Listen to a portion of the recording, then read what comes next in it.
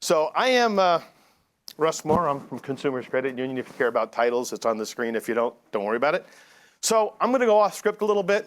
I apologize to my co-presenters, but you give me the mic, you give me the button, you give me the screen, you're going to get what I'm going to tell you about. So how many of you have been to Domopalooza before? All right. How many of you know how to knit? These will both make sense in a little bit. How many of you know how to knit? All right. My wife knows how to knit, and it's like magic. You rub two sticks together, and clothes come out. So in 2018, I presented at Domopalooza about AI, believe it or not. And my wife, it was very formal. It was suit, tie, the whole ball of wax. My wife had knitted me a pair of good luck socks, and they're black and orange. And I said, I'm going to wear those. And she says, you won't wear those. It's formal. I said, no, I'm going to wear them. So I wore them up on stage. I showed everybody I was wearing them. And so they took pictures. She couldn't believe I wore it. So ever since then, for Domopalooza, she knits me socks. So these socks that you can see, she actually knitted for me. All right? So pretty cool, right? So I'm on the phone with her this morning. I'm a big Styx fan. You guys like the concert last night? So I'm a huge Styx fan, so we were talking about it, and she said, hey, did I tell you about that yarn I bought for you? And I'm only half listening. I'm thinking about this. And she says, yeah, I bought that from a lady in Arizona. She does this confab of The Wizard of Oz and The Walking Dead. Okay, whatever, it's yarn. It stripes itself. I have no idea how it works. And then she says, did I tell you what it's called? And I said, no. She said, oh, it's called Somebody Needs a Brain. Have a great day, and hangs up on me. So she buys this yarn in October. She knits these socks in December, and then she waits until today to tell me the joke. So there you go. So if I get lost, I get confused, it's my wife thinks somebody needs a brain. So there you go. That's the whole tie-in. So a little bit of audience participation in this session. So the first one is, you can see I'm wearing this Hawaiian shirt. The rest of my presenters are wearing it. Where do you think Consumers Credit Union is based out of? Florida. Where else? California. That's right. We're from the tropical region of northern Illinois, right on the Wisconsin border. So good guesses, but not even close. All right. So I'm up there. Charles is right here. I'm going to introduce all the presenters. They will introduce themselves again, because if you're like me, you do it now, you'll forget who they are. So Charles is my Director of Data Analytics. Now you notice Justin is up here, but Justin is not up here. So Justin is part of my team. So you've all heard of Where's Waldo? We're going to play Where's Justin? He's in this room. If you find Justin and point at him, I'd appreciate it. He's in the back. So if everybody points at Justin, and now on the count of three, we're going to say, hi, Justin. You ready? 1, 2, 3. Hi, Justin. All right, Justin doesn't like to present, but I told him, no, too bad, so sad, it sucks to be you. So here we are. From Domo, I have Flo, and we have Brian. They are phenomenal data scientists. We couldn't have done this project without them. They'll present some really technical stuff that they can talk about, and you can ask them all the technical questions, or ask Justin. That's why he's by the door. I need a brain, so don't ask me any technical questions. All right, so here's the agenda. We'll talk about CCU. We'll talk about how we used behaviors to determine engaged relationships. Charles is going to show you the relationship score in action. Brian and Flo are in between those 2 points, but I left them off the agenda. Sorry, guys. We have some audience participation at the end, and then some key takeaways that you can take with you and throw them away or use them or whatever you want to do with them. So here we go. About CCU. Like I said, we're based in the tropical region of Lake Forest, Illinois. A lot of substantial growth. This says 2 mergers. We just completed one of the 2 mergers last weekend. A little over $4 billion in assets. This says 263,000 members. We're now about 268. We have 500 employees. CCU invested heavily in business intelligence about 5 years ago, and that's where Domo came from. The next slide's important. We're in the people business. We're not in the money business. It's a very important distinction in philosophy. It's what we take not only to the marketplace, but it's what we do internally. So I've done a lot of reference calls for Domo. I talked to lots of people about using Domo and that kind of stuff. So if you'll indulge me, I will tell you how we go about using Domo in our business, because it's really important how we achieved this project. So we use Domo specifically to solve business problems. There is nothing in my instance that isn't tied to an actionable business problem or result. My instance is ugly. My top customer has 85 table cards. It's the most hideous thing you've ever seen. They're my biggest supporter. It solves their problem. If that's what they want, then I'll build it. I'd rather not. It looks really stupid, but they like it. So what that does is it creates 2 sides for us. It creates use and demand. So 93% of our employees are in Domo every year. Last year, they looked at Domo 141,727 times. That's not logins. That's either viewing a dashboard or drilling into a detailed card. So when you think about that, we don't have any front-facing employee dashboards. This is all back office folks. So they are in the product a lot. In 2024, there was only 13 hours in any given week that someone was not in Domo. And by the way, all these numbers exclude my team. These are our users of our platform. So because we solve business problems, they come to us and say, help us solve the business problems. And I'll tell you about the business problem that got us to what we're going to talk about today. That usage drives the demand. We had 210 projects last year. We're dragging in all kinds of external benchmark data so we can compare ourselves to others, not just internally. My favorite line is, I am the fastest 100-meter runner in the world until I compare myself to anybody else. But until then, no external data, I'm the best. And we have 77, it's actually now 97 requests so far this year. So by building and solving on business problems, we get a lot of use and it creates a lot of demand. I don't have to have ROI discussions or any of those kinds of discussions. We have more work than we can handle because we solve the business problems for folks. And I'll show you how we did that here. This side of the screen, people always ask me, what does your instance look like? That's what it looks like. 470 users, a whole bunch of cards, 550 dashboards, data sets, rows, and data flows. I do a newsletter every month, so I was lazy. I just pasted it on this slide. But for those of you that ask those kinds of questions, there you go. All right, relationship score. So like I said, everything we do is based on a business problem. And this one came from this. They came to us and said, how long should we hold checks? For those of you that don't know, aren't from the banking space, when someone writes a check, you don't know if there's any money in the account, so you place a hold on the check. So we started digging into this as a problem. What do we have to do? Sorry, my voice is echoing off my hands, so I apologize. It's driving me crazy. So how long should we hold a check? How long can we protect the credit union? What do we do? So we started digging in, found out the member experience was inconsistent. The process or policy for holding a check, this is not made up, it's 14 pages on holding a check, all written for risk avoidance, had nothing to do with what members try and do. We didn't consider the relationship, how long they've been with us or anything like that. So the business said, hey, we want to anchor on two things. How long have they been a member? And have they ever written a previous bad check? So we dug in and we said, hey, let's look at previous bad checks. What we found out was folks depositing bad checks weren't doing it on purpose. Grandma, who's 127 years old or some age, had a new checking account, so my birthday check, I put in the bank, and it went bad. Or what we really found was landscapers, plumbers, electricians, those kinds of folks that are in cash-heavy businesses that get called out to fix your house. You write them a check, they bring it to our institution, they deposit it, it goes bad. And then we say, oh, now we're going to hold your checks. Well, if you're depositing 100 checks in a week, and I tell you we're going to hold your checks for 14 days, that's your whole source of income.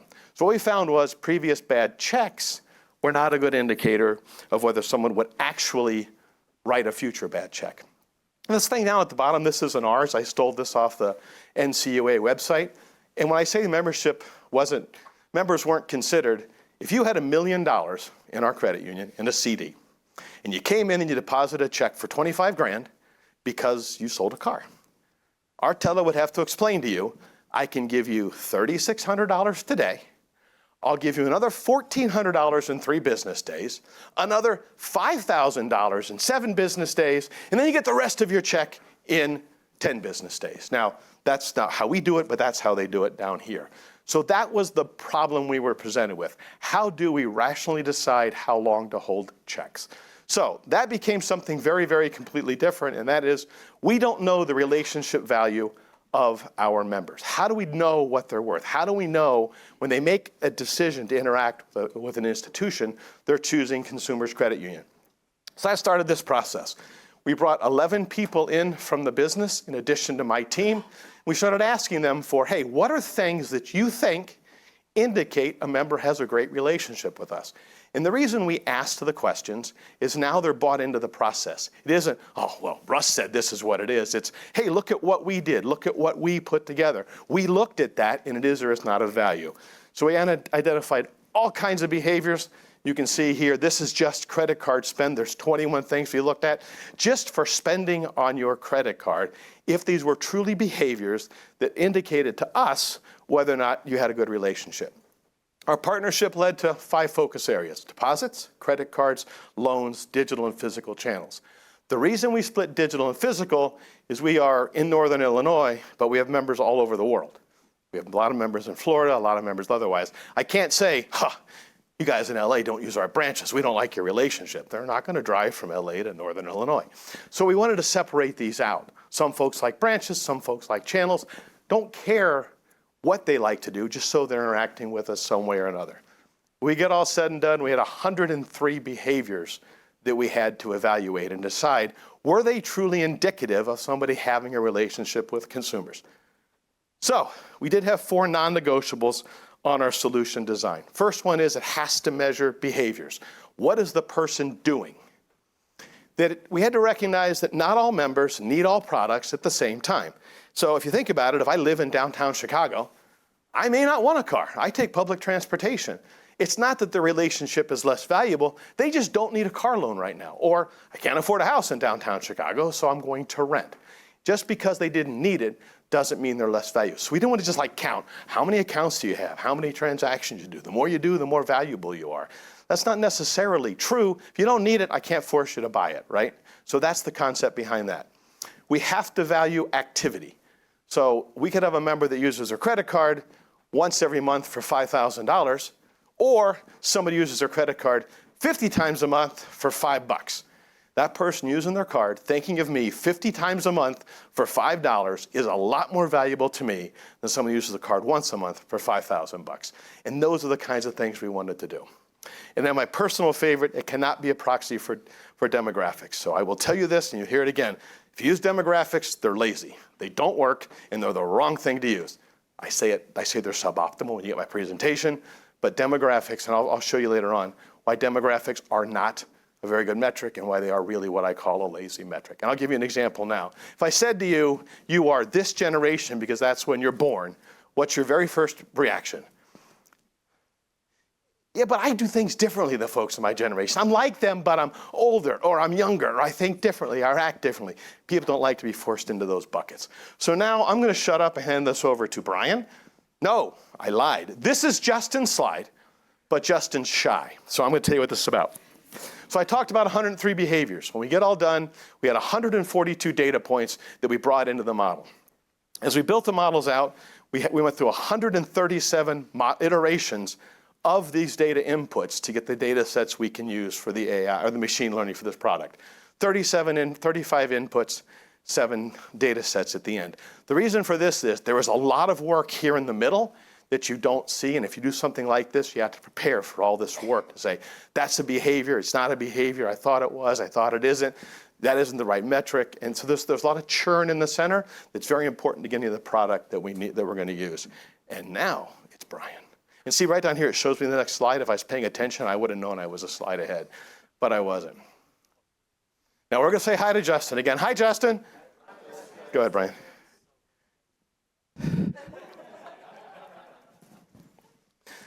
All right.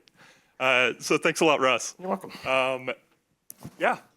Really excited to have the opportunity to present with CCU. One thing I want to point out, both with the way that they run their organization, their data organization, and with this project specifically, they do a fantastic job collaborating with their business partners.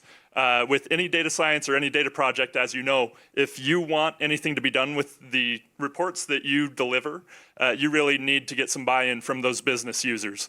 If you've seen Moneyball, you really want those scouts to be working really well with your data nerds. And Russ asked me to use that analogy so that he could be compared to Brad Pitt. But I don't want to be a nerd, but I will be compared to Brad Pitt. there you go. You'll take that one, right? But like Russ was saying, we have all sorts of business logic that the business users understand and have hypotheses about how these behaviors take place. So we, at this stage of the project, during exploratory data analysis, needed to dive really deep on the data to determine whether those were correct and to search through all sorts of other behaviors to determine if there are others that maybe our business users or business partners are not aware of that could help us determine how engaged a member is. One of the things that we really focused on, since we're not looking at wealth or demographics or things like that to make a determination here, we're looking at activity. So in one of the subscores that we were looking at, that was our credit card users. And one of the things that we wanted to focus on was what exactly determines whether someone is a high transaction user or a very active user of a credit card, and what determines if somebody's a low transactor. So we've used a whole lot of different EDA charts. One of those was these box plots to determine what that range looks like. One other thing that I'll mention, these are all anonymized, so this is not exact data from CCU, but you get the idea of what kind of investigation we did. One other thing that we took a look at was determining within different groups. So we just looked at a credit card group. We're looking at the deposits group now. And we tried to get an idea of, are there other patterns that exist in those transactions? So we're looking here at people with 1, 2, or 3 deposits accounts. And the blue, you can see spikes very early on. So this is something that was really helpful to have business partners and really good domain knowledge on. That blue spike is when we're looking at monthly transactions, and that blue spike is where we, oh, and I'm sorry, this is actually yearly transactions, but if you see the blue spike, that's actually at 12 transactions. So the number of people and members that just have 12 transactions, or actually it's 24, I keep misspeaking here, but that's 24 transactions. That means maybe somebody's just getting direct deposit into their account each paycheck, so every other week. And so although we're seeing some activity from them, that kind of maybe makes us think that they're not super active. They're just bringing money into their account and then not using it.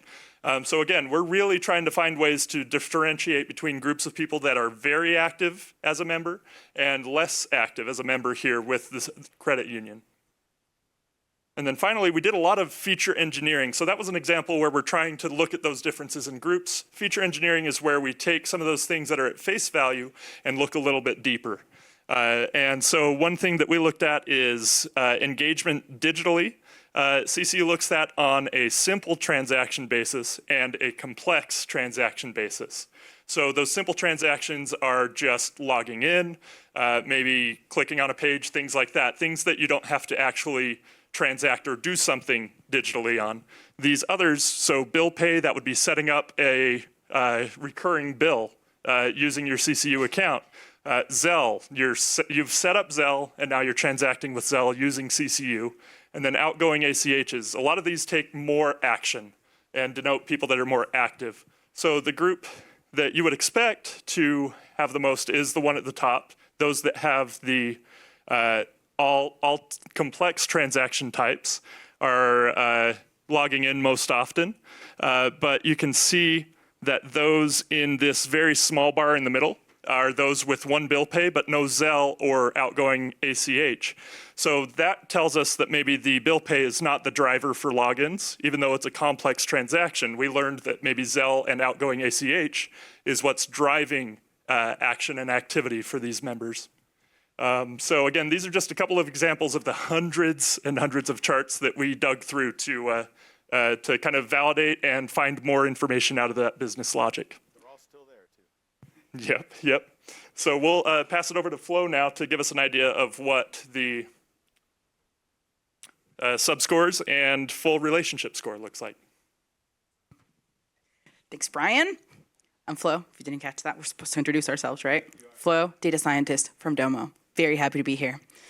So the relationship subscores. So like Russ talked about, we had these 5 focal areas. We had deposits, we had credit cards, we had loans, and then we had the digital and the physical channels. And after we did all that EDA where we created hundreds of charts and we looked at tons of tables and met with stakeholders time and time again, we were able to create logic for each of these scores.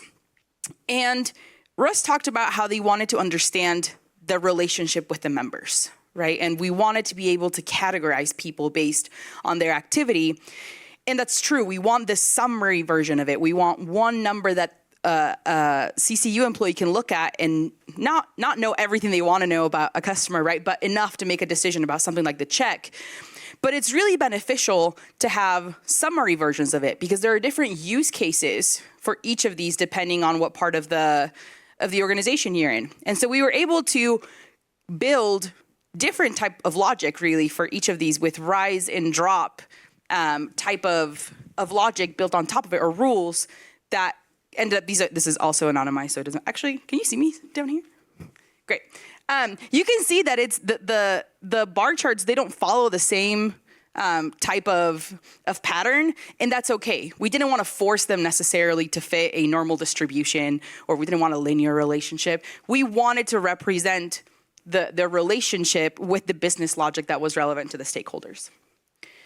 And once we had these 5 subscores created, so we have the 3 products, the credit cards, the loans, and the deposits, and then we have the interaction scores of physical and digital, we met with stakeholders multiple times again. And I thought it was really exciting conversation because we were getting really valuable insight from people across the org about how the score should be combined. And we did a lot of validation around, when you have a group here of, 19,000 members that fall in the category of 8 on a scale of 1 to 20, are we okay with what all these people look like falling into the 8, right? There's tons of different combinations across all the different scores. So we had to do a lot of validation work to make sure that for the CCU use case, it made sense. And so once we did this, and we did some iterations of it, we had this really nice summary score that could then be sliced and diced in so many different ways. And one of the important ways in which it was sliced and diced was by the number of products that a customer used, right? Because we don't want to penalize someone who doesn't need a loan. They own their house, they own their car. We don't want them to absolutely fall in the lower bucket overall. So that's why we did some filtering, which is some in the dashboards. So I'll pass it on to Charles now to dive deep into digital. All right, thank you. Nice shirt, Charles. Oh, thanks. I just realized in Brian's analogy that I'm Jonah Hill. Don't know if that's very flattering, but cool. All right, guys, look at me. Competence, right here. Say hi to Justin. Maniacal. Okay. I will jump to my slides here. Okay, so I'm going to look at the relationship score in action. So I'm going to start off focusing on our digital subscore. When we built this out, we really had a focus on making sure this was a holistic view of how our members are interacting with us. We didn't want to have binary measures like did they log in or not, or kind of a flat focus of still on logins. Maybe it's what was their most recent login or how often are they logging in. Instead, we wanted to capture that full picture of how they're engaging with us through our digital channel. And so we looked at things like website usage, how often they are logging in, but specifically, did they download the app? That's an added step that they took the time to do. When they log in, are they just checking balances, or are they making transfers or making payments on their loans? Or as Flo and Brian called out, are they using Zelle and bill pay and not just a regular transaction? And so once we had this full digital view, we were able to dive into some of the subsets of our members, focusing on this subscore specifically. So we looked at our indirect business. For those of you that aren't in financial institutions, indirect lending is basically like captive lending. So if you go to a dealership and you take the financing that the sales rep offers you, oftentimes if you're at a Chevy dealership, that might be GM Financial. But if it's not, it could end up being a CCU loan on the back end. And so these members have little to no background knowledge of who we are, and so their engagement is low. We knew that before we had this measure, but once we were able to see just how low it was, we knew this was an area that we needed to focus on. And so as a cross-functional engagement, we looked at the indirect members and specifically the onboarding process, how we're getting them engaged in the first place. And we went through and identified a few key failure points. We revamped that entire process. A new welcome package was created. And we rolled all of that out. And you can see from the green line, that was our baseline originally. After our first iteration, we had a very nice improvement. This is a 0 line on the bottom, so we had about a 30% improvement on the engagement. But that wasn't good enough. They were still significantly below our direct members. And so we went back to the drawing board and ended up rolling out a second iteration, which, as you can see, there's a ramp up as they become more engaged the longer they're tenured with us. But we have already surpassed the first iteration, and now there'll be ongoing measuring to see if it's worth, do we need to keep revamping and moving forward, or are we satisfied with how engaged we are now? But because we have these detailed subscores, we're able to measure this with a pre-built solution. We don't have to build something for every single campaign that we launch to be able to measure that success over time. So with that, I can throw it back to Russ. Oh, they're stuck with me again. All right. I don't need that. I got the real power, man. I don't need that. All right, so this is the audience participation portion. So if you were asleep, you're gonna have to wake up and play a little bit. So just do some audience participation, then we'll do the key takeaways, and then you guys get to go see the rest of Domopalooza. So these are real members that I very carefully cherry-picked to prove my point. But these are real human beings. Now, I probably wouldn't have named them Silent Boomer X. I'm just kidding. So there's their generations. There's their real ages. These, again, are real people. And this is how, if you go out to ABA or anybody, this is how they define these generations in relationship to digital banking, what Charles was talking about. And it makes sense, right? Gen Z are always on their phone. They're going to be mobile more often. If you're old and 93 years old, you never ever log into online banking. You're just, you're a Luddite, know nothing about technology and everything in between. So younger you are, the more you use online banking. The older you are, the less you use online banking. Does that resonate with everybody? All right. So online banking logins. Who do you think had the most online banking logins? I'll give you a clue. I cherry picked this, so it's not going to be Z, but I'll let you pick the other ones. It was boomers. So, and for the definitions, they're down here. So boomers logged in 644 times. Not even close to my Gen Z examples. Now, when I say cherry pick these, I pick these folks based on relationship score, not these actual amounts. But what I found interesting about this was third in this list is my 93-year-old member. It's logged into online banking out of all these folks, more than other folks, more than you would think. So one more, just for fun. Digital transactions.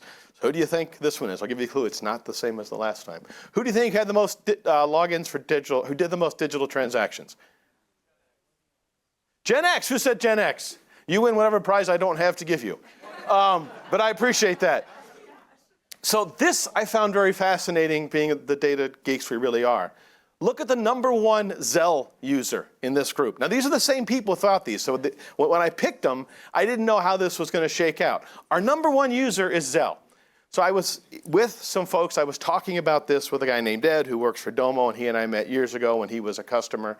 And he said, you know what that might be? And that's grandpa, great-grandpa, making payments, doing birthday cards to his grandkids, great-grandkids, and they don't have a bank account. Or they want it in Zelle. So that's what that could be. I can't prove that out, but it makes sense to me. And you can see you've got boomers doing these transactions, online banking transactions. My lowest Zelle user is Gen Z. Lowest. Millennials, online banking transactions, this example, they don't do it. So sorry, here were the definition agreements again. So this all ties into my first comment about demographics and why demographics are lazy kind of metrics. So let me give you some key takeaways. One, I don't know how to build a slide and center the words broad engagement is required. But beyond that, so when we did this project, gaining non-data professional viewpoint is valuable. You have to get your business engaged. If you don't, somebody says, what about this? They're gonna say, well, I don't know. Data analytics team built all that. Or they'll say, we thought about that and it doesn't work, or it does work, or it's part of it, or it's not. So businesses have a greater sense of ownership when their ideas are heard. Even better, they become disciples of your project. I didn't have to sell this. When we rolled it out, all the people that were part of this had already told their leaders all about this great project that was coming out. I was getting things, when is this going to be done? And my response was, how do you know about this? They were pushing us to get it done because they knew what it could represent. So now we have this balanced. And then business partners outside of your business, Domo in this case, are critical. You need an arbiter of opinions, mine included, to make sure that it stays where it needs to stay. I had one attribute I was convinced would be there, and it was like not even close. So having third party in there kind of makes it easier. Demographics are suboptimal. So our members refuse to act their age. I told you I cherry picked those folks. It's true throughout. Right after we did this, we ran all of this member stuff, relationship score stuff, against member age. And in no case was there a correlation of age to their actual behaviors. There was zero correlation. So if we'd used age, And we said, hey, I'm going to send all these emails to all of my Gen Z folks to log into online banking, and I didn't send it to my silent guy there who's 93 years old, he would not be as engaged with us, right? So members don't act their age. Data shows they act very differently. Demographics predict. And this last one is very true, that our Net Promoter Scores and other feedback you can find online, people do not like to be segmented based on demographics. They don't like to be called a boomer. It's a derogatory term. So don't call them a boomer, right? And then people expect personalization. This is where it becomes, and it ties into what Charles talked about, right? So these are just some quotes I took offline because I'm lazy. But McKinsey in March of 2020, people expect personalized experiences. 2024, Forbes said 81%. November, Harvard Business Review said 80%. You can only personalize it if you know how they interact with you, if you know what behaviors they have as I step off the edge of the stage.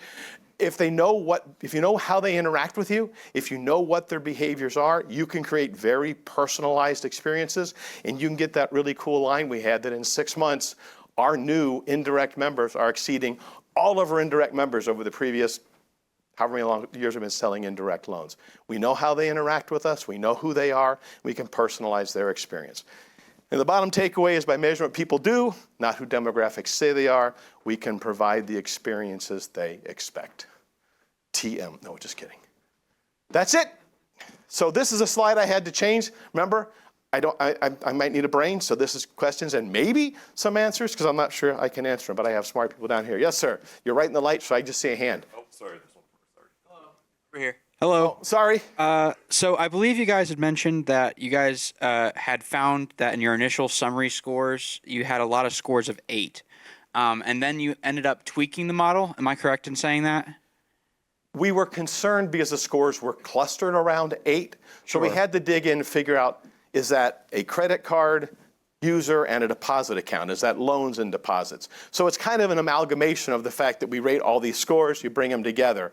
So what we wanted to avoid was saying all 8s are like this, because that's not true. It's the same thing I talked about at the end. Just because your score is an 8, compared to others, your 8s are more engaged than a 7, but not all 8s are the same. Does that make sense? Yeah. Okay, sure. Did I get that one right? Okay, good. All right, I got that one right. So I have a question about the original problem that you stated regarding holding checks. Yeah. And am I to understand that you were trying to personalize that based on the the customer profile, essentially? Yeah, the whole original goal was, if you have a good relationship with us, you interact with us a lot, and you happen to deposit a bad check, it's not because you wanted to, you just happened. So we're not gonna hold checks if your relationship scores above X. Now, we never implemented it. For those of you that follow the news, last fall, these guys came out in New York City, you could hack your bank. And they literally were writing checks for money they didn't have, putting it in the ATM machine, going inside and getting the money, and they put it on TikTok as how to hack your bank. And then they were stunned when they've had committed a felony. So we have not rolled this out because that happened. It's true, you can find it online. It's nuts. They had to put security guards in city banks in New York City. People couldn't get in. So that was the intent, and it is still the intent. But as soon as people stop trying to hack their banks and committing fraud, then we'll probably roll it out. Does that answer your question? Yes. Oh, sure. I think we have time for one last question. We got 2 minutes and 3 seconds. I got a timer down here. Just talk fast. So if you were able to implement this, how do you explain that to the customer? So we would not universally have a check hold, right? If you came in and your relationship score was X, and we probably will bring in some other factor, like your current deposit balance or something like that. So if your score is a 1, you have no relationship, and your bank balance is really high, and now you deposit a check, that's a little bit squishy. If your relationship score is 50, and you got $1 million in a bunch of different accounts, I'm not going to hold your check at all. So we have to work on that logic. We just paused it because of the hack the bank thing. So this is one answer to that question across their broader relationship. Okay, you got 1:17, so I can answer one more question. Rapid fire. 1:13, come on now. You can just clap for a minute too. That's right. All right, thank you. So thank you all for coming. Hopefully you found it worthwhile. Thanks to all my smart people who helped me.